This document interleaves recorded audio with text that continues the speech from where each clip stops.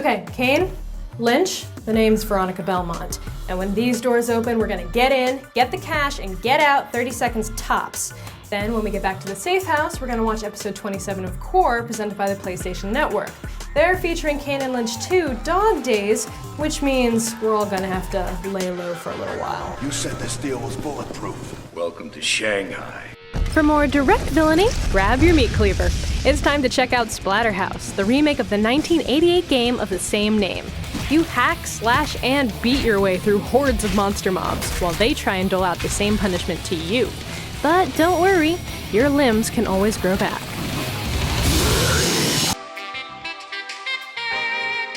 Next, it's the invasion of the Tarovers. This was one of our favorite under-the-radar finds at E3 this year, and the more we played, the more we realized that this isn't just some cutesy platformer. Dude, this game is kind of hard. And we've all sufficiently humbled ourselves in the multiplayer. In On the Road with Qore this month, we continue our Japanese adventure in Kyoto. First, we put on our history pants at the International Manga Museum. Then it's off for a stroll through vibrant Nishiki Market. I'm okay with trying sake on the street. Yeah, you better believe we bought some sake too. And then we make some furry primate friends on top of Monkey Mountain. Nice weather we're having. Got some nice feet. Speaking of Japan, you guys really outdid yourselves with the box art generator from the Osaka segment. Take a look at our favorites and see what else the Qore team is up to this month in the Qore Report. Looks like Audrey's been busy on a job of her own. I've looted the Blu-ray vault and come up with the best heist movies to add to your stash. Smash and grab job, huh? Slightly more complicated than that. All this and more in episode 27 of Qore, presented by the PlayStation Network. To follow Qore online, go to twitter.com/Qore and facebook.com/QorePSN. Lynch, try to keep it together. Shh, keep it down.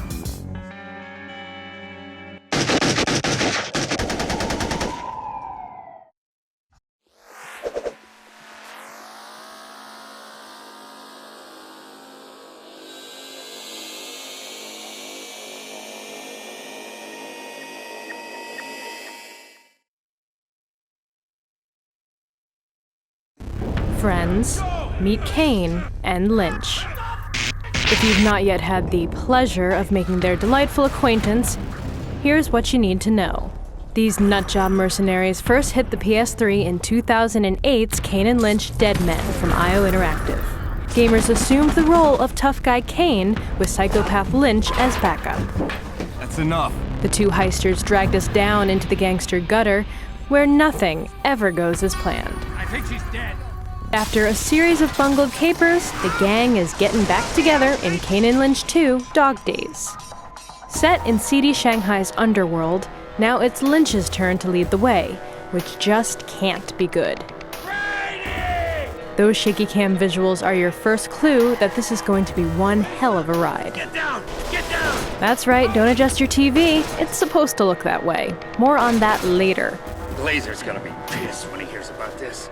We played through the first 4 levels on the campaign and are happy to say that we haven't had that much fun being stressed out in a while.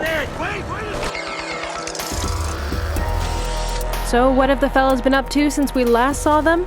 Well, Lynch has settled down a bit. He has a new girlfriend and is trying to live the good life, but old habits die hard.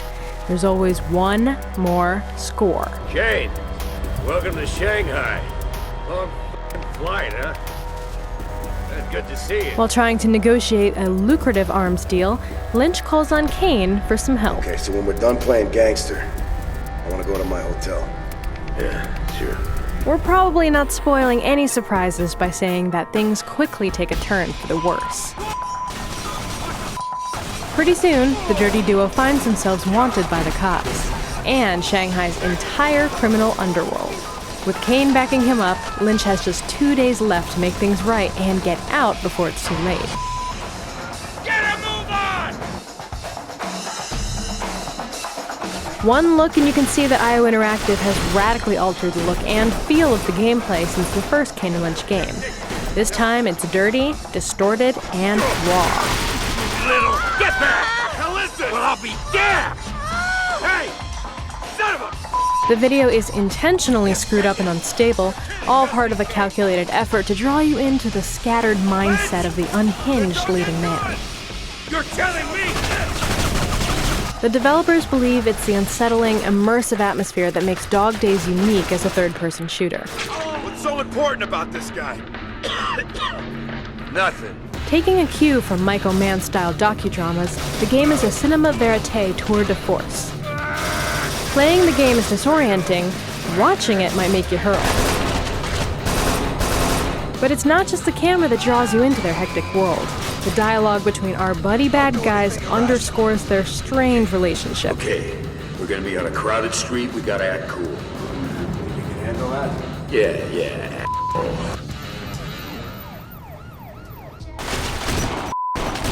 The Shanghai environment also comes alive through atmospheric audio effects coming from the streets, sweatshops, and cafes that you visit. In fact, there isn't even a traditional soundtrack in Dog Days. Devs wanted to use audio to pull you even further into the world of Shanghai. The city seems to drone on in whispers, groans, and even the occasional Chinese pop song coming from an in-world radio. At its core, Dog Days is a tactical shooter where you'll consistently be seeking cover and even using human shields to survive the rain of bullets. Do as I say! Weapon control and stopping power are definitely challenging, but Lynch has a few dirty tricks up his sleeve. A carefully chucked gas canister or fire extinguisher plus one well-aimed shot makes for a nasty surprise. Like its predecessor, Dog Days features a variety of morally flexible gameplay modes. The game's popular Fragile Alliance mode is back, and screwing over your friends has never been so fun. In both arcade and multiplayer modes, you're on a mission with your posse to stage a successful heist without getting caught. Each level raises the stakes and your greed higher and higher. Will you ditch your pals and keep the loot to yourself, or play fair? Well, that's up to you, cowboy. There's also Undercover Cop, which turns Fragile Alliance on its head by randomly making one member of your crew a mole. If it's you, stop the heist from happening without getting caught. And finally, Cops and Robbers pits teams of criminals and cops against each other in a shootout for some scratch. Yep, there's no shortage of ways to kill for cash. Just be forewarned, there's no honor among thieves, especially your friends. This is the game mode you'll want to play, and there's no shortage of nail-biting moments. Oh, watch your back.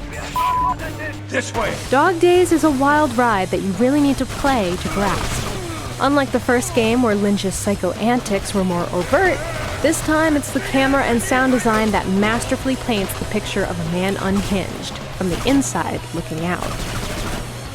You can feel the nervous electricity in the air, and there's just not that many games out there that pull you in quite like this. Nothing about this game is stable.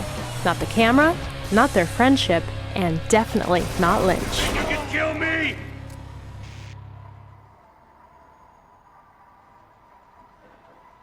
Lynch?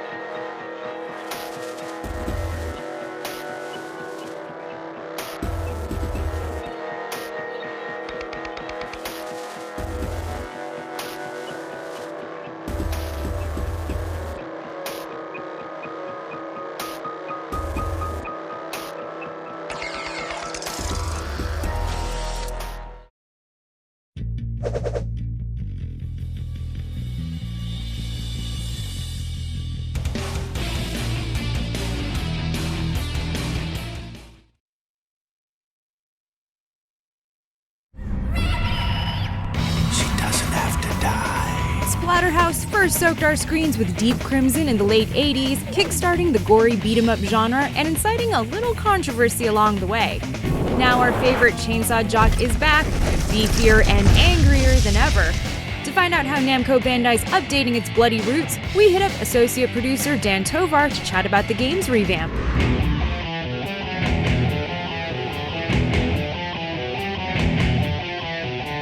Splatterhouse came out and it was a cult hit. So are you guys trying to retain that kind of arcade feel, or is it a complete revamp?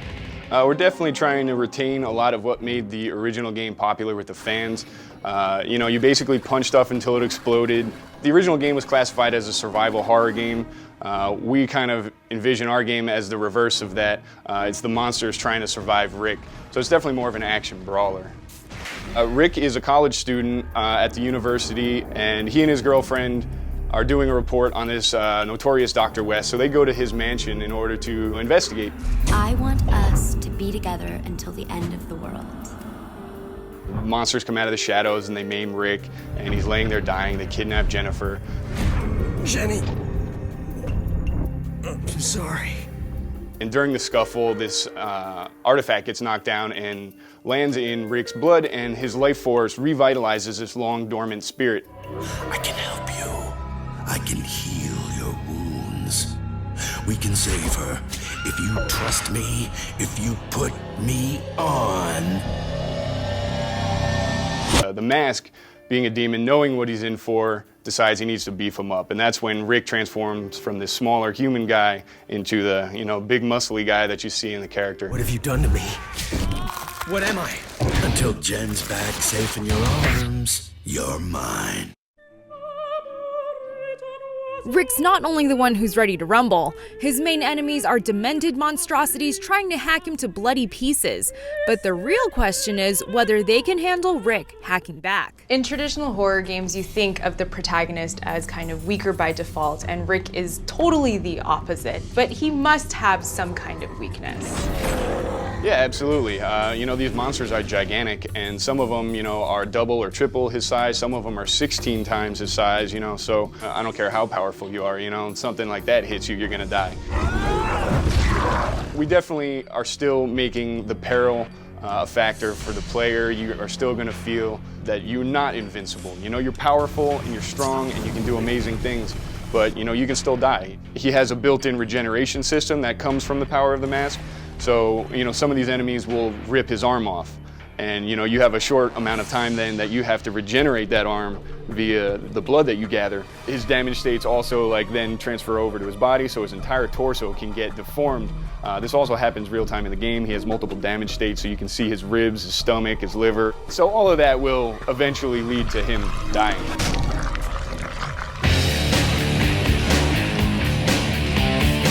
It seems like the best weapon that you have at your disposal is just yourself in the game, but there are other weapons. You know, we got a lot of classic weapons available to Rick. As you mentioned, his hands are his primary attack, so, you know, we have a deep moveset there. But, you know, we got classic weapons like the 2x4, the chainsaw, lead pipes, meat cleavers, machetes, the shotgun. A lot of stuff that was in the original game that we, of course, had to bring back. You know, they're iconic to the series, to the franchise. You can also weaponize the enemies themselves. You can tear off an arm, use that as a club, tear off a head, throw it like a projectile at another guy, and then use the enemies themselves. You can pick them up and swing them around and smack, you know, all the guys around you. All's red. The mask feeds on blood. I mean, that's the main tenet of the game, is more blood is more power. Each of the enemies has their own different splatter kills, and they range from, you know, breaking a guy's spine and tearing him in half to crushing a guy's head and making the blood spray everywhere. There's a lot of fun ways to kill things. Splatterhouse has dropped the survival part of the horror genre and put the power back into the oversized hands of the player. An unrelenting gusher, Splatterhouse isn't for the faint of heart, but it looks like it'll keep ours pounding till the gory end.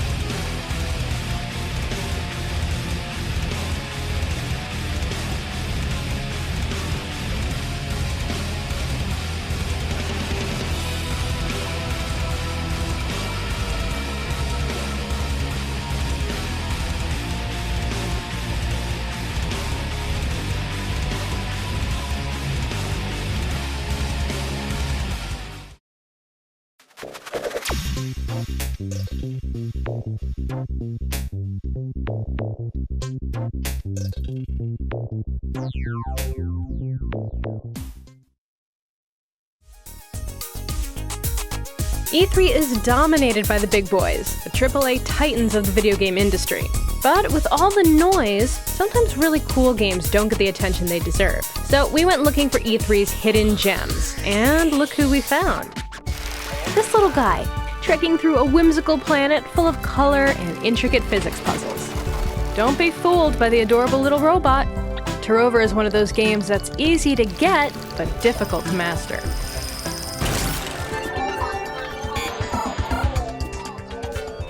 Seasoned PSN developers Create Studios are behind TuRover, and you can immediately tell that it has some solid engineering behind it. So what's the point of the game? What are you trying to accomplish? Well, you are controlling your little TuRover, all-terrain vehicle. He is lost in a solar system, and he's trying to find a home. There's three basic mechanics for the TuRover. One is controlling your center of gravity. It's very critical. It's probably the hardest thing to master, but once you get it, you can easily navigate, and there's a great sense of reward you get from it. There's also a change of direction, so it's not your typical analog stick. You're actually changing the location of the head on the TuRover to change directions, which allows you to actually do some very interesting things and navigate through the terrain. The other is operating your attachment. So it could be a grappling hook, it could be a rocket, it could be a pellet gun. All of the additional chassis are integral in actually getting to certain secret areas hidden throughout the worlds. There are 5 different planets, each with its own art style and specially themed puzzles. You'll learn the basic controls for TuRover in the first levels, but truly mastering them is an art form. The level design offers up an excellent mix of gameplay. Sometimes precision driving is key to making headway through the levels. Other times it's, well, timing. There's a challenge around every corner, and if things aren't going well, TuRover will let you know. Just look at that little frowny face. Seriously, fall into one of these ball pits and you'll curse the day you were born. Had enough? Well, there's always the self-destruct button. Ouch. So we have two sort of main collectible items: nuts, which are basically the currency that allow you to upgrade to your chassis, and then bolts, which are a little more common and are tied to trophies. For the completionists out there, there's basically trophies that are tied to actually getting every single collectible in every single level. So if you want to pimp your rover, make sure you explore every nook and cranny of the levels for the precious loot needed to upgrade. What attracted you guys about developing a game for the PSN? Well, I mean, for the PSN, it's all about going back to basics. With the downloadable titles, it's not about flash, it's about gameplay. So what we really set out to do with this game is create a deep and accessible experience, that people can have a lot of fun with and spend a lot of time on. Spend just a little time exploring these worlds and you'll see just how inventive and addicting the gameplay can be. With 4-player multiplayer to top the whole thing off, this cute little platformer will also come at a cute PSN price. So we say, don't forget the little guys and join TuRover in his search for a home planet, and find yourself some fun along the way.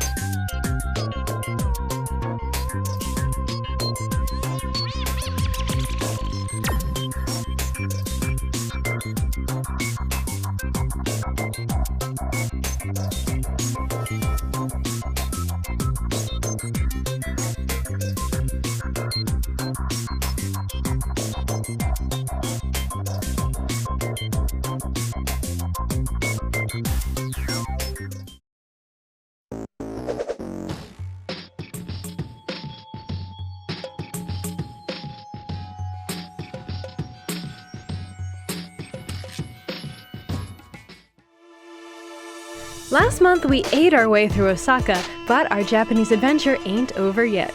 This month, we're off to one of the world's most culturally rich cities, Kyoto.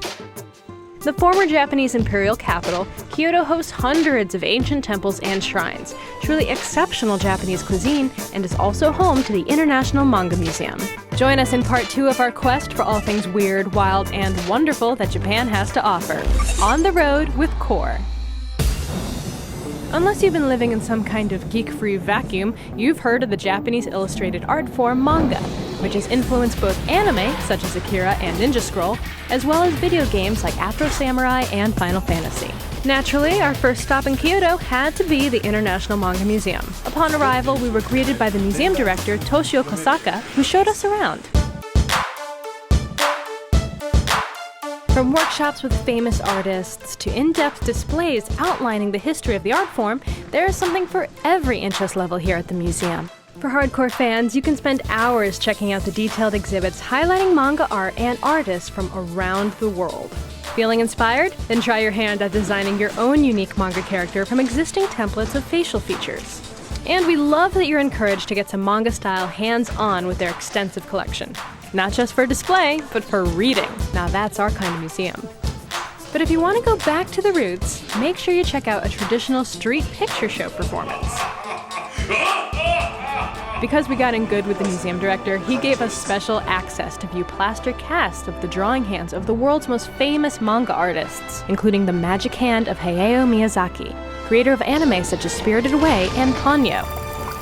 But despite what the museum director told us, we suspected there's more to Kyoto than just the manga museum. And there are lots of ways to see Kyoto.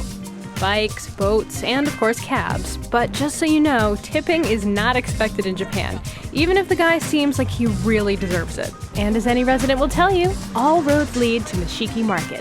Nishiki Market is Kyoto's one-stop shop for everything delicious and Japanese. From mountains of green tea to tiny little octopi on a stick, we're talking total sensory overload as you negotiate this gauntlet of culinary delights. It took us about 2 hours just to walk through. I'm gonna eat this.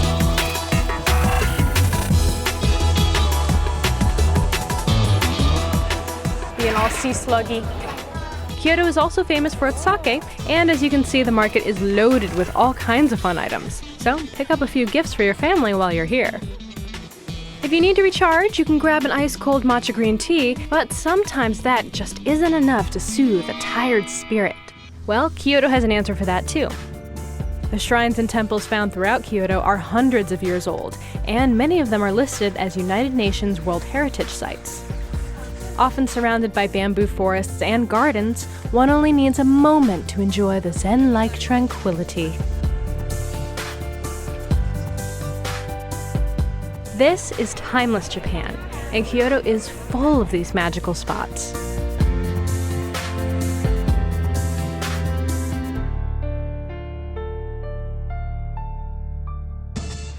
If you head further up into the mountains, you may encounter some of the locals. Snow monkeys. Arashiyama Monkey Park, also known as Monkey Mountain, is home for over 170 macaw monkeys, which wander around in the open looking for handouts from their mostly hairless guests.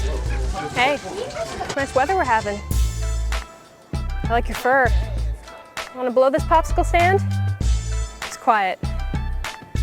I like the silent type. I can get that for you.